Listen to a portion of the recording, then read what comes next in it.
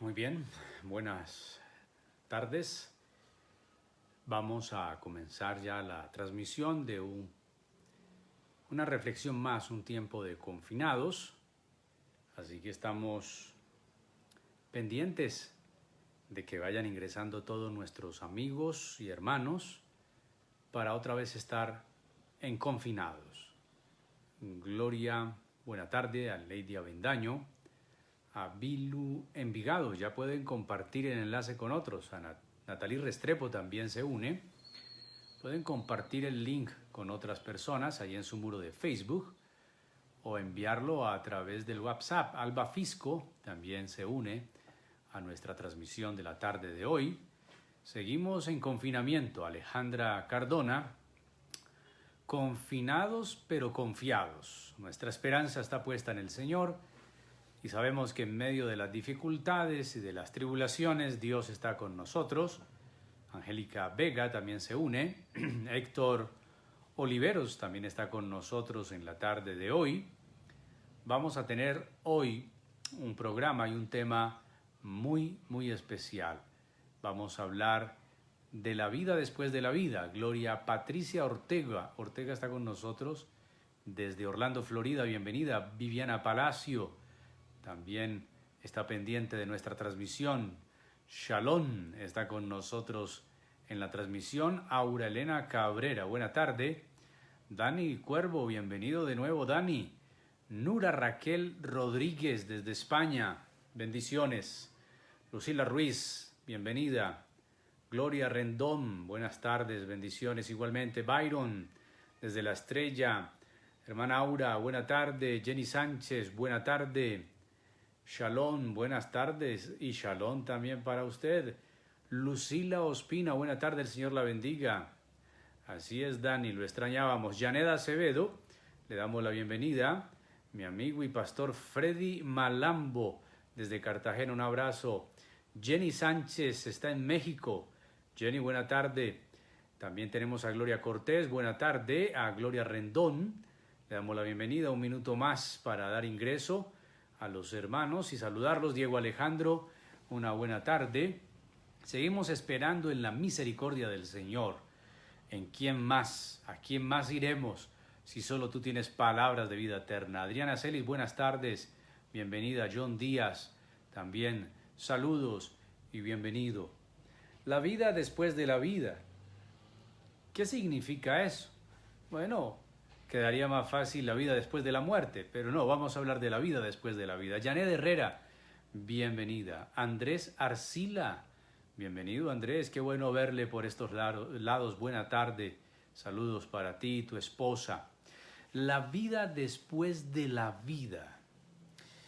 Es que cuando se es cristiano, cuando se es creyente, tenemos una esperanza que ni siquiera nosotros podemos imaginarla. Una esperanza que rebasa nuestro conocimiento, nuestro entendimiento. Quizá la esperanza que usamos a diario es como la esperanza de la persona que vive del día a día. Quiere decir, tenemos la esperanza para hoy, para el día de hoy. Pero nuestra esperanza rebasa y rebosa las 24 horas de un día. Va mucho más allá de lo que podemos imaginar, pensar, creer. Y una de las grandes esperanzas que nos sostiene a nosotros es la venida de Cristo, por ejemplo. Esa es nuestra bendita esperanza. Pero también tenemos esperanza que va más allá de las 24 horas y que va más allá de esta vida. El creyente es la única persona, el único individuo que nace 3 veces y que puede morir hasta 3 veces. ¿Cómo es eso? Si nosotros nacemos la primera vez cuando somos dados a luz, el nacimiento biológico.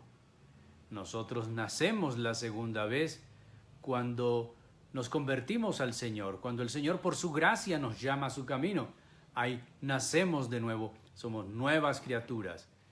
Pero el tercer nacimiento, por decirlo de esta manera, es cuando estemos en la gloria de Dios, cuando nuestro cuerpo mortal sea revestido de inmortalidad y estaremos siempre con el Señor. También se puede hablar de dos muertes. Una muerte cuando nos convertimos al Evangelio, morimos al pecado.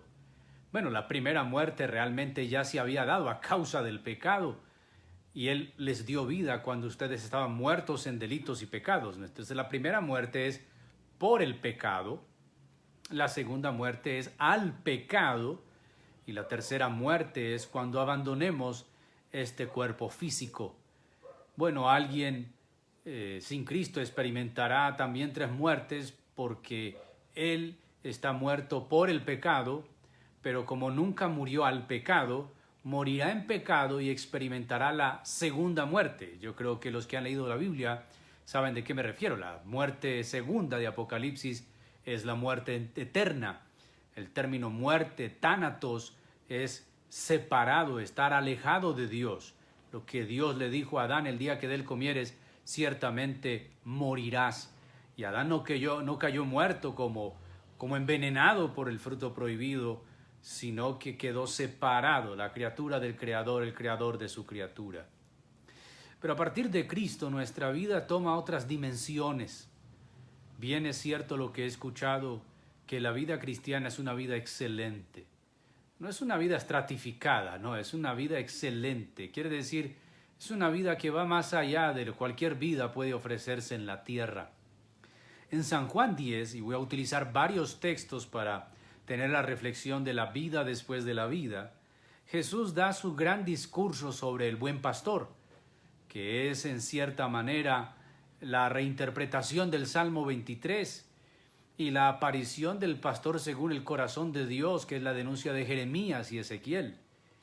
Y Jesús aparece como el buen pastor, yo soy el buen pastor. Y en esta argumentación de Jesús, que es el pastor, pero también es la puerta, y que los demás son ladrones, salteadores, y que los asalariados no dan la vida por las ovejas, porque son asalariados y no le importan las ovejas. En el versículo 22 al 24, allí vienen unos a la fiesta de la dedicación, que era invierno, dice el texto, en el pórtico, en el templo, por el pórtico de Salomón, y lo rodearon algunos judíos y le hicieron una pregunta hostigante: ¿hasta cuándo nos turbarás el alma? Si tú eres el Cristo, dínoslo abiertamente. Y Jesús retoma el sermón del buen pastor y mira lo que dice: os lo he dicho y no creéis. Las obras que yo hago en nombre de mi Padre, ellas dan testimonio de mí, pero vosotros no creéis porque no sois de mis ovejas, como os he dicho. Mis ovejas oyen mi voz, y yo las conozco y me siguen, y yo les doy vida eterna, y no perecerán jamás, ni nadie las arrebatará de mi mano. Mi Padre que me las dio es mayor que todos, y nadie las puede arrebatar de la mano de mi Padre. Yo y el Padre uno somos. Una declaración magnífica, maravillosa. Ahora, varias cosas podríamos decir, pero no podemos asentarnos en ellas. Uno es que Jesús es el buen pastor y eso es indiscutible. Lo otro, que Él tiene unas ovejas. No todos son ovejas de Jesús. Y esto es muy interesante cuando vamos a tocar el tema más adelante. En otro tema de confinados vamos a hablar de la elección para salvación. Jesús dice: no sois de mis ovejas como yo os he dicho. No, Cristo no vino a morir por todos. No todos son ovejas de Jesús. Por lo tanto, Jesús no es pastor de todos. Aunque todos quieran decir: el Señor es mi pastor, nada me faltará. La verdad es que usted puede decir que el Señor es su pastor. Otra cosa diferente es saber si usted es oveja de ese pastor. Pero notes el versículo 27, es un rasgo distintivo de las que son ovejas del Señor. Las ovejas del Señor oyen la voz del Señor y Cristo las conoce, y esas ovejas seguimos al Señor. Y nótese lo que hace el pastor: y yo les doy vida eterna. Nosotros pensamos en la vida eterna como algo escatológico, como algo por allá en la eternidad, en un quién sabe cuándo, quién sabe cómo, quién sabe por qué. Vemos la vida eterna como algo no posible, no entendible. Pero Jesús en esta declaración nos dice que la vida eterna no es algo que recibiremos, es algo que ya tenemos. Dice, mis ovejas oyen mi voz y yo las conozco y me siguen y yo les doy vida eterna. El día en que fuimos rescatados por el Señor del lago, del lodo cenagoso, como dice el Salmo, de las tinieblas a la luz, como dice Pedro, que fuimos sacados, arrebatados, ¿no? Como esa brasa, ese carbón del incendio. El día que el Señor nos halló, porque no es que yo encontré al Señor, como muchos creyentes dicen, el día que yo encontré al Señor, no, el Señor no estaba perdido, los perdidos éramos nosotros. El día que el Señor nos halló, por su gracia nos llamó a sus caminos. Desde ese día hasta el día de hoy, en el creyente hay vida eterna. Eso ya es poderoso en sí mismo. Eso ya es grande en sí mismo. Ya hay vida eterna en nosotros. A partir de ahí entonces tenemos que ver que nuestra esperanza es muy trascendental. Nuestra esperanza no es para el día a día, nuestra esperanza nos sostiene día a día, pero nuestra esperanza debe apuntar, ver más allá del día a día, ayudarnos a ver más allá de la circunstancia actual. La vida eterna no es algo abstracto, no es algo escatológico, no es algo que vendrá, es algo que ya está en nosotros. Por eso esta reflexión de Confinados es vida después de la vida. Quiere decir, nosotros gozamos de una vida actual, sí, biológica, sí, una vida física, sí, nuestro cuerpo humano con sus debilidades, con sus desgastes, con sus enfermedades, con sus limitaciones. Este cuerpo, como Pablo dice, este hombre exterior que se desgasta día a día. Sí, tenemos una vida anatómica, una vida que se expresa a través de este físico, de esta humanidad. Pero nosotros creemos que hay una vida después de esta vida, que ya mora en nosotros, pero que trasciende a la debilidad y al límite de nuestra humanidad. ¿Qué quiero decir? Quiere decir entonces que nosotros los creyentes experimentaremos la muerte, sin lugar a dudas, a no ser que seamos la generación privilegiada que esté viva cuando Cristo venga. Sí, es una generación privilegiada. Hay dos generaciones privilegiadas en el cristianismo. La primera, la que estaba cuando Cristo vino a Jerusalén. ¡Qué privilegio haber visto a Dios caminando sobre esta tierra! Eso es un privilegio. Privilegio que los judíos rechazaron, que no quisieron reconocer. A lo suyo vino, los suyos no le conocieron. Pero la segunda generación privilegiada es la que esté viva y sea creyente, obviamente, porque el que no sea creyente y Cristo venga no será un privilegio, será el día de la ira, eso será otra cosa, pero la iglesia, el pueblo de Dios que esté vivo cuando Cristo venga, Pablo lo veía de esa manera, que expresó por allí en Tesalonicenses diciendo, mas nosotros, los que habremos quedado, los que estemos vivos cuando el Señor venga. Pablo anhelaba estar vivo cuando el Señor viniera. A no ser de que seamos esa generación privilegiada que esté viva cuando Cristo venga por segunda vez, moriremos. Quiere decir, experimentaremos que este cuerpo humano lo abandonaremos. Este cuerpo mortal, esta limitante humana, esta carne, quedará, dejará de ser. Sin embargo, en nosotros sigue habiendo vida eterna.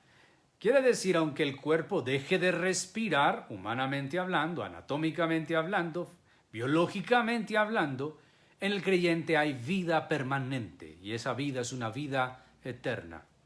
Podría decirse que entonces al abandonar esta tierra, al abandonar este mundo, realmente no es que hemos desaparecido, como muchos creen, que es que uno se muere y lo que hace es que uno es subsumido por la naturaleza, absorbido por la naturaleza. No. No, la Escritura dice que cuando nosotros abandonemos este cuerpo, estaremos presentes con Cristo. A lo menos es lo que expresa el apóstol Pablo escribiendo a los Filipenses en el capítulo 1. Él tenía un gran anhelo de partir y estar presente con Cristo. Mira lo que dice Filipenses 1, 21. Porque para mí el vivir es Cristo y el morir es ganancia. Mas si el vivir en la carne resulta para mí en beneficio de la obra, no sé entonces qué escoger, porque de ambas cosas estoy puesto en estrecho, teniendo deseo de partir y estar con Cristo, lo cual es muchísimo mejor.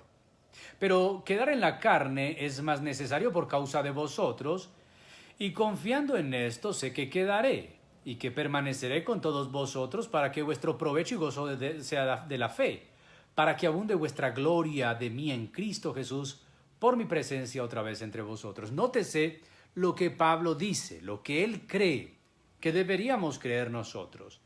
Pablo dice que para él el vivir es Cristo, el morir es ganancia. Pablo está preso, está en una cárcel en Roma. Él no está en un penthouse, ni está en una hostería de Jerusalén, está en una cárcel, está en una mazmorra, está en una cárcel fría, con sus pies atados, está pendiente de un juicio por predicar a Cristo. Y él dice, para mí morir es ganancia. Y es que el creyente debe ver la muerte desde ese aspecto. Nosotros humanamente somos muy aferrados a la vida. Y nos aferramos a la vida simplemente porque el hombre no fue creado para morir. La muerte es un resultado del pecado. Pero cuando Cristo viene, nuestra perspectiva tanto de la vida como de la muerte deben cambiar. La muerte no es una tragedia para el creyente. La muerte no es una desgracia para el creyente. Pablo lo dice, el morir es ganancia. Obviamente esto no es una invitación a anhelar la muerte, casi que anhelar el suicidio. La Biblia prohíbe el suicidio. Pero lo que sí nos dice es que debemos tener una vista de la muerte, que es dolorosa, como dice Cantar de Cantar, es fuerte como la muerte es el amor, pero no debe ser para nosotros el punto final. Y de hecho no lo es. La muerte para el creyente, según Pablo, es ganancia. ¿Por qué? Porque él dice que si parte estará presente con Cristo. Así que, ¿cuál es nuestra vida después de esta vida? Inicialmente, al ser creyentes, ya tenemos vida en nosotros y vida eterna. Lo dice San Juan 10, palabras de Jesús. Mis ovejas oyen mi voz. Yo las conozco, ellas me siguen y yo les doy vida eterna. Hay vida eterna permanente en nosotros. ¿Qué sucede al abandonar este cuerpo? Simplemente que esa vida eterna ya no es solamente un cheque para cobrar, sino que ya es lo que recibimos. Ya no hay un limitante físico como el cuerpo. Tampoco vamos a caer en la teoría gnóstica de que el cuerpo es la prisión del alma. No, nuestro cuerpo también experimentó y experimentará redención. Recuerde que habrá una resurrección y que este cuerpo mortal se vestirá de inmortalidad. Ahora, yo no sé, eso sería otro tema, si resucitaremos en el mismo cuerpo. Si Felipe será este Felipe, cosa que no lo creo, no lo imagino así, y que cada uno de nosotros recibe el mismo cuerpo. Nuestra corporeidad define nuestra humanidad.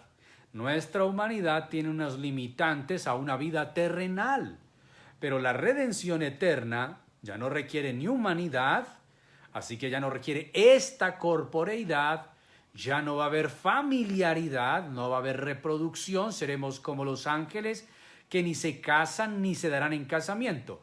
Todo lo humano cesará, pero sí habrán cuerpos glorificados, como dice Pablo en 1 Corintios 15. Muchos dicen, ¿qué hay después de la muerte? ¿Hay vida después de la muerte? Inclusive, muchos dicen, nadie ha venido de allá. ¿Qué hay después de la muerte? Nadie sabe. Esta gente habla de su ignorancia. Sí, hay alguien que vino desde allá para hablarnos qué hay allá. Y es que Cristo, Dios eterno, se hizo hombre para revelarnos las cosas eternas. A través de Jesús podemos ver, entender y saber que sí hay vida después de la muerte, después de la transición de pasar de este cuerpo, de morir a este cuerpo o dejar este cuerpo. Básicamente, para el creyente hay vida eterna desde el día de su redención. Abandonar este cuerpo simplemente es, como Pablo dice, estar presente con Cristo. Ya, saber y tener una conciencia de que estoy presente con mi Salvador, mi Redentor, mi Señor. Ahora, una persona que no es creyente, que no ha experimentado redención, cuando muere, también tendrá una conciencia de que no es redimido, de que no será salvo, pero ambos, creyente salvo y no creyente no salvo, están esperando y anhelando, o más bien esperando que anhelar, esperando la resurrección. Porque es a partir de la resurrección que el justo se le dirá bienaventurado, se le dirá bienvenido, en lo poco fuiste justo, en lo mucho te pondré. Entonces entrará el reino y la gloria del Padre eterno, y el que murió sin Cristo, entonces será juzgado, su nombre no será hallado en el libro de la vida y será lanzado a la condenación eterna, dice la Biblia. De esta manera podemos decir que nuestro cuerpo es simplemente una talanquera, ¿sí? Una talanquera. ¿Qué es una talanquera? Es una barra que sube y baja para que pasen los carros, ¿no? Una especie de peaje, por llamarlo así. Nuestro cuerpo está ahí, pero cuando el cuerpo perece, entonces esa vida eterna que ya está en nosotros cobra un valor enorme. Bueno, Luciluna nos pregunta, ¿qué pasó con Elías? ¿Qué pasó con Enoc también? Bueno, Moisés dice que murió, es Enoc quien fue traspuesto por Dios. No se requiere experimentar la muerte para ser transformados a una gloria eterna. Recordemos lo que va a pasar con la iglesia viva cuando Cristo venga. No todos moriremos, dice Pablo, pero sí todos seremos arrebatados en un abrir y cerrar de ojos. Los que están muertos en Cristo resucitarán primero, y luego nosotros, los que habremos quedado, seremos arrebatados y recibiremos al Señor en las nubes. Seremos transformados. Pero aquí estamos hablando de la vida después de la vida. Nuestra vida en la tierra es temporal. Eso no hay que discutirlo. Diría un gran filósofo que nada tiene de filósofo, pero tomo su frase: nadie es eterno en el mundo. La verdad es que el Hijo de Dios sí tiene eternidad permanente en él. Y al experimentar la muerte, la vida eterna cobra un sentido mayúsculo. En nosotros todavía quizá no hemos visto esa vida eterna como deberíamos verla, porque nuestras limitantes humanas lo impiden, por nuestros cansancios físicos, enfermedades y todo lo que vemos alrededor. Pero cuando este cuerpo sea abandonado, Pablo dice, estaré presente con Cristo. Ahora, ¿qué dijo Jesús de la vida después de la vida? Quiero mencionar 2 o 3 versículos bíblicos. Jesús, por ejemplo, ya le dijo, y lo tenemos en San Juan 10, que sus ovejas tienen vida eterna. Pero en el capítulo 11, cuando Lázaro muere, Jesús le dice a Marta, Marta, ¿no te he dicho que si crees verás la gloria de Dios? Porque todo el que cree en mí, aunque esté muerto, vivirá. Bueno, obviamente habla de una resurrección, una vivificación que Jesús hará allí al levantar o sacar a Lázaro de la tumba, pero también el hecho de la resurrección como un evento escatológico futuro.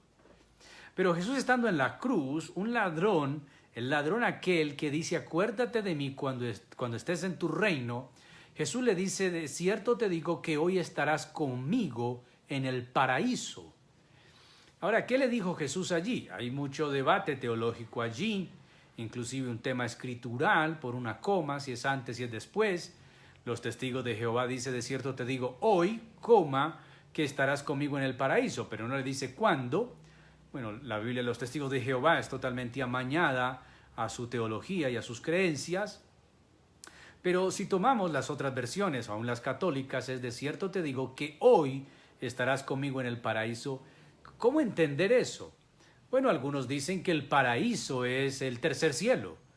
Eso lo encontramos en la segunda carta a los Corintios, capítulo 12, cuando el apóstol Pablo narra una experiencia que tuvo, y él dice que conoce a un hombre, si en cuerpo no lo sé, si fuera del cuerpo no lo sé, conozco a un hombre que fue llevado al paraíso, al tercer cielo. Así lo llama Pablo en 2 Corintios 2, el paraíso, el tercer cielo. Entonces la vida después de la vida tiene que ver que al partir de esta tierra hay vida, vida eterna para que el que es salvo, el que durante esta vida fue redimido por Jesús, creyó en él, le oyó su voz, le obedeció a su voz y lo siguió. Pero para el que muere sin Cristo, ¿qué le espera a ese? Bueno, a ese le espera la muerte, también los inconversos, los impíos, todos los pecadores no redimidos, todos moriremos, aun el pecador no redimido, moriremos. Pero ese espera la resurrección, y en la resurrección sabrá que no será salvo. Y entonces experimentará lo que Apocalipsis llama la muerte segunda. Hay un texto en Apocalipsis que es Apocalipsis 14:13. Esto tiene que ver con el creyente, con el que muere en Cristo. Nótese lo que dice el texto de Apocalipsis 14:13. Oí una voz desde el cielo que me decía: escribe, bienaventurados de aquí en adelante los muertos que mueren en el Señor.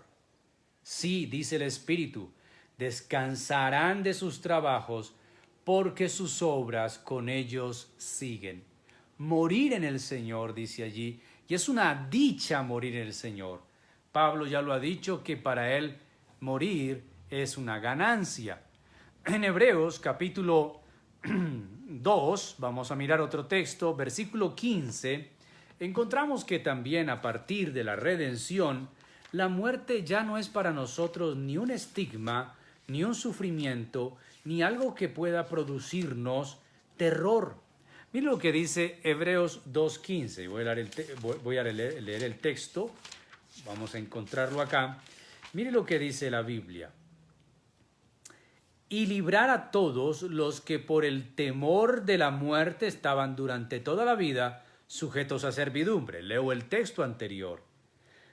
El 2:14 de Hebreos. Así que por cuanto los hijos participaron de carne y sangre, él también participó de lo mismo, para destruir por medio de la muerte al que tenía el imperio de la muerte, esto es al diablo, y librar a todos los que por el temor de la muerte estaban durante toda la vida sujetos a servidumbre. ¿A quiénes libró el Señor? El versículo 16 dice: porque ciertamente no socorrió a los ángeles, sino que socorrió a la descendencia de Abraham, por lo cual debía ser también en todo semejante a sus hermanos para venir a ser misericordioso y fiel sumo sacerdote en lo que a Dios se refiere, para expiar los pecados del pueblo.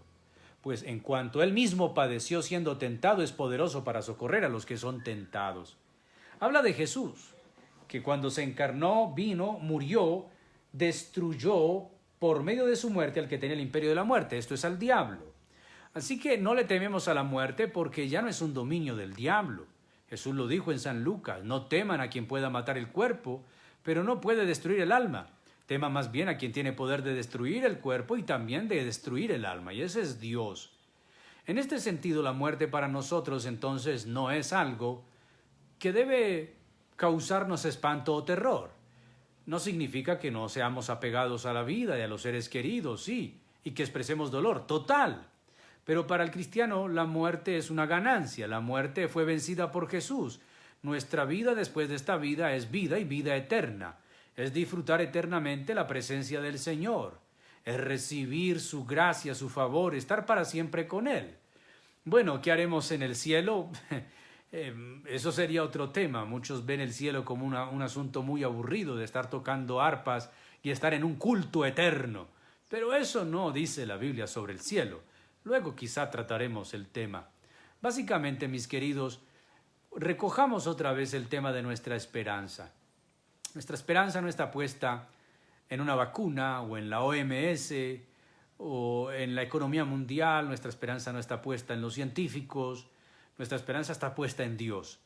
Todo lo que ocurra en la tierra que sea buena noticia es producto de Dios.